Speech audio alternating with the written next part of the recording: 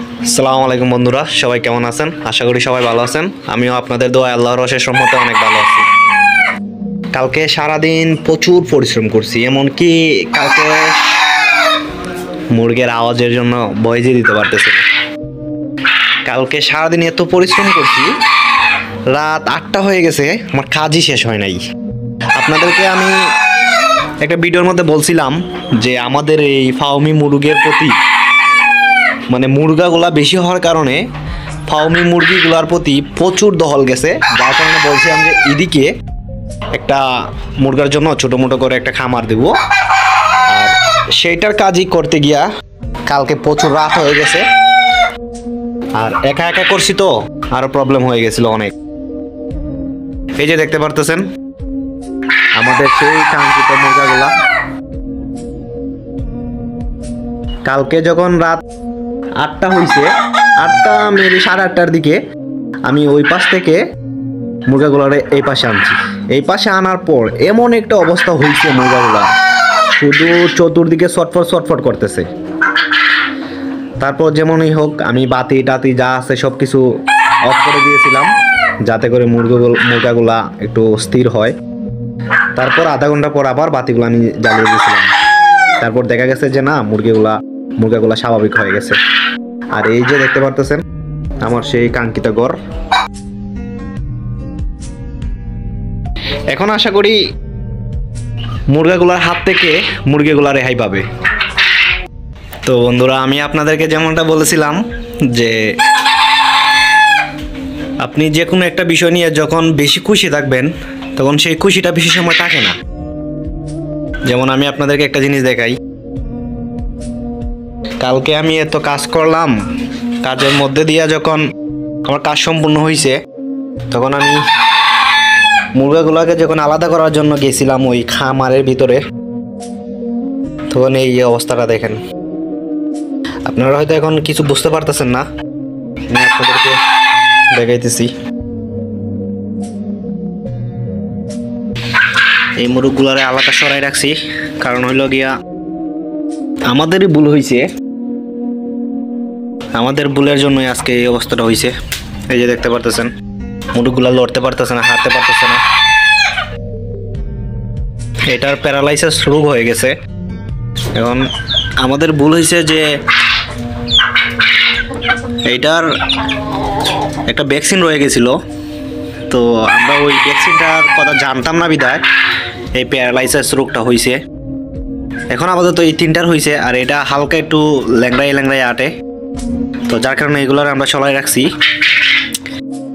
আর বুঝতে পারতেছি না গাইজ, এত পরিশ্রম করার পরও, এত কষ্ট করে এগুলোর যত্ন করে রাখার পরও এই সমস্যাটা দেখা দিছে। এখন কি করব, যা কপালে আসলো তা তো হবেই। আপাতত এই 4টারই হয়েছে, বাকিগুলো সম্পূর্ণ ঠিকঠাক আছে। এখন এইগুলার সরাই রাখছি যাতে করে এইগুলার থেকে ইনফেকশন যাতে ওইগুলোর উপর না ছড়ায়, যার কারণে এইগুলার আলাদা করে সরাই রাখছি। আর আমার ছোটো বাইরে পাঠাইছি ডাক্তারের কাছে, আর এটার সিম্পল একটা ভিডিও করাইছি আর ছবি তুলে নিছে। ডাক্তারকে কি ওইটা দেখাবে, দেখানোর পরে ডাক্তার অবশ্যই কিছু একটা ওষুধ বাখর দিবে যাতে করে সুস্থ হয়ে যায়। আল্লাহ ভরসা, আপনারা দোয়া করবেন যাতে আমাদের মুরগিগুলো সুস্থ হয়ে যায়।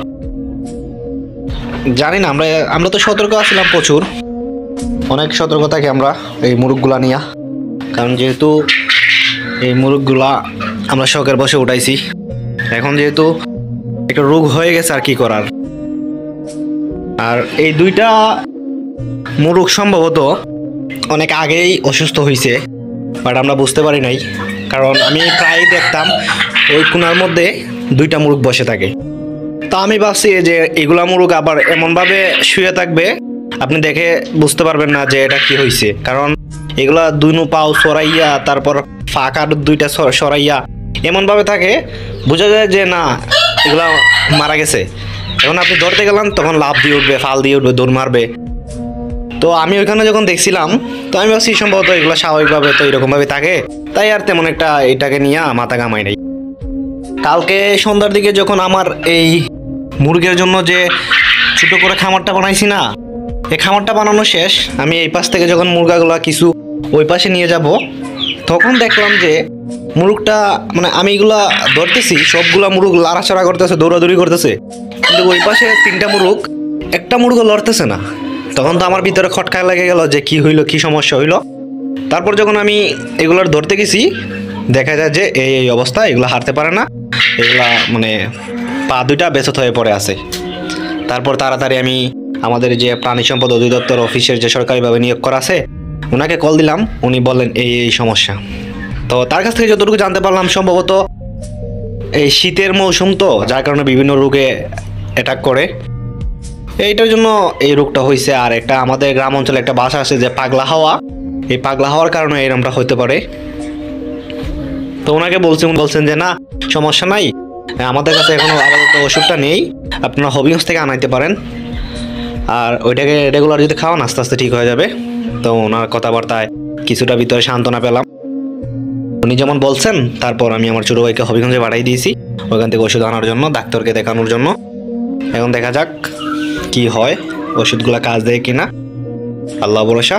আপনারা দোয়া করবেন আমাদের ফার্মি মুরগগুলোর জন্য, আর বিশেষ করে ওই 4টা যে ফার্মি মুরগ অসুস্থ হয়েছে সেইগুলো মুরগির জন্য দোয়া করবেন, যাতে খুব তাড়াতাড়ি সুস্থ হয়ে যায়।